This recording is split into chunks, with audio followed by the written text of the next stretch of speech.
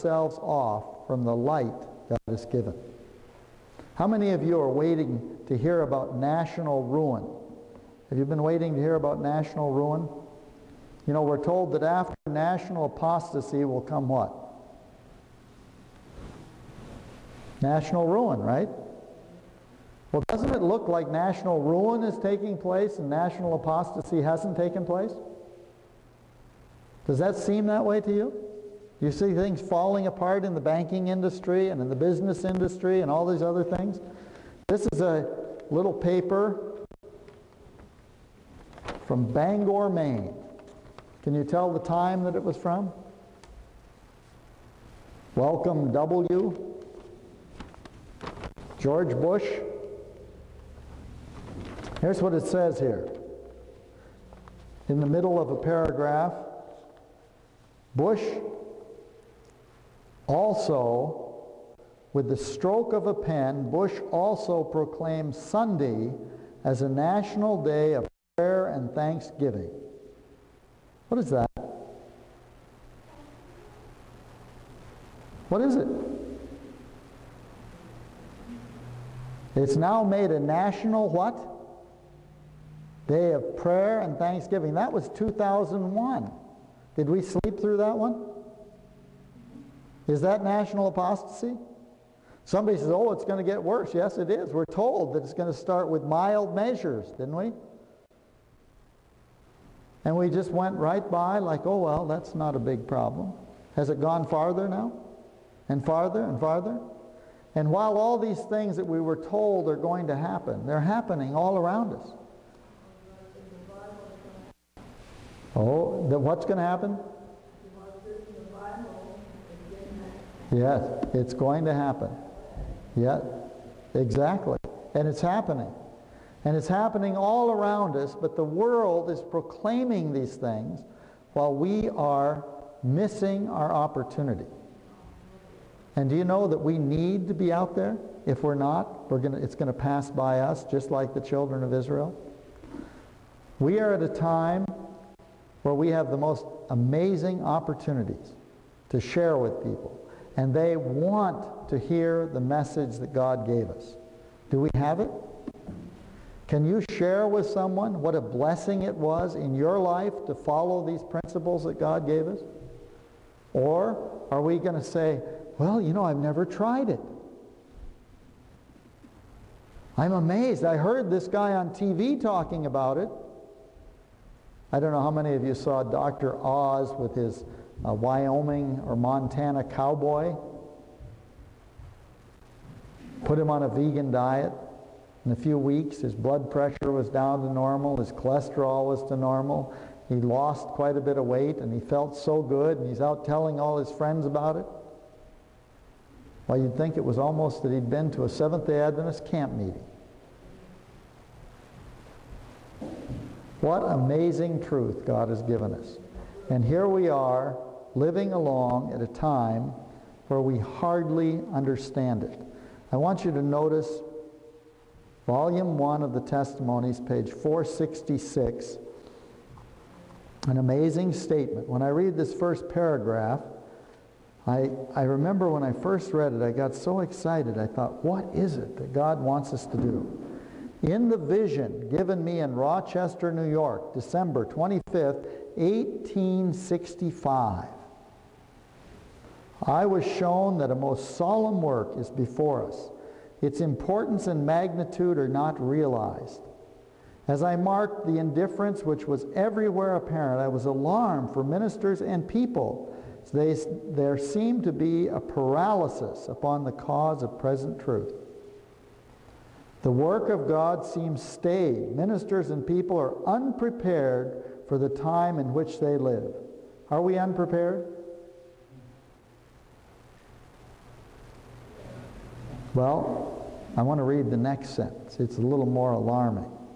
Nearly all who profess to believe present truth are unprepared to understand the work of preparation for this time. Now, what's worse than being unprepared? Unprepared to understand the work of preparation for this time. that's really in trouble. You know what that means? That means someone could come along and tell you that what you need to do is build rowboats to prepare for the flood. And you might do it because you don't understand what is needed to prepare for what's coming.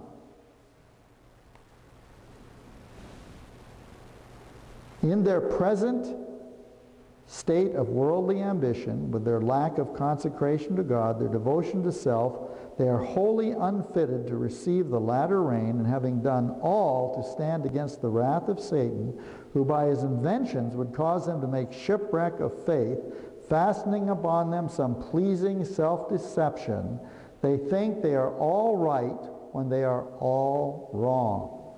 Now, who was that group of people? Was that the Laodiceans? They thought they were all right and they were all wrong. Ministers and people must make greater advancement in putting on television evangelism. Think that's what it says? Ministers and people must make greater advancement in holding evangelistic meetings. Think that's what it says. Ministers and people, you see, we don't know, right? We're unprepared to understand the preparation for this time. This is so simple. They must make greater advancement in the work of reform. They should commence without delay. Now that would mean next week, right? Next month. What does commence without delay mean? Now. Immediately. They should commence without delay to correct everybody else's wrong habits. Their own wrong habits. Yes. They must commence without delay to correct their own wrong habits of eating, drinking, dressing, and working. Is that something you could do? Isn't that something that God made so simple that we can do it? And what happens from there? The latter rain, the loud cry, the message goes to the world because we do what? Where did this start, by the way? Did this start in the Garden of Eden? Garden of Eden? Yes? And what was the problem there? Eating the wrong stuff? That wasn't a salvation issue, was it? I'd like you to convince Eve of that. That was a salvation issue. And then it led to wearing fig leaves. Was that a salvation issue? What was the first sacrifice given for? The first sacrifice in the Bible was given for what? To clothe them. Was that a salvation issue? The sacrifice represented the salvation issue, didn't it?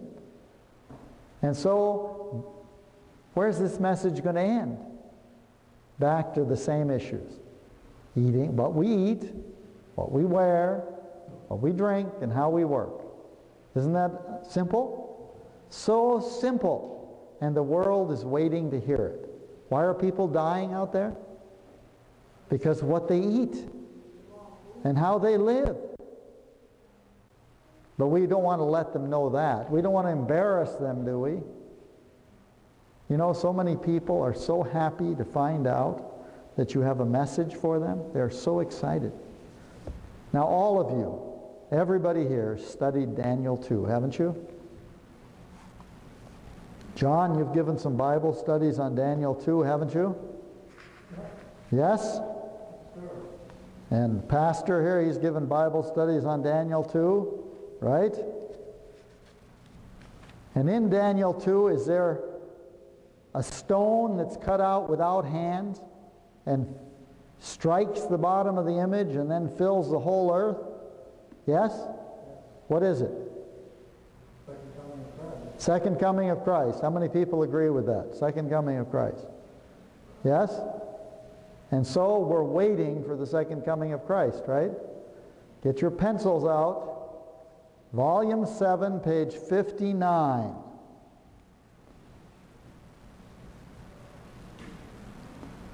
Our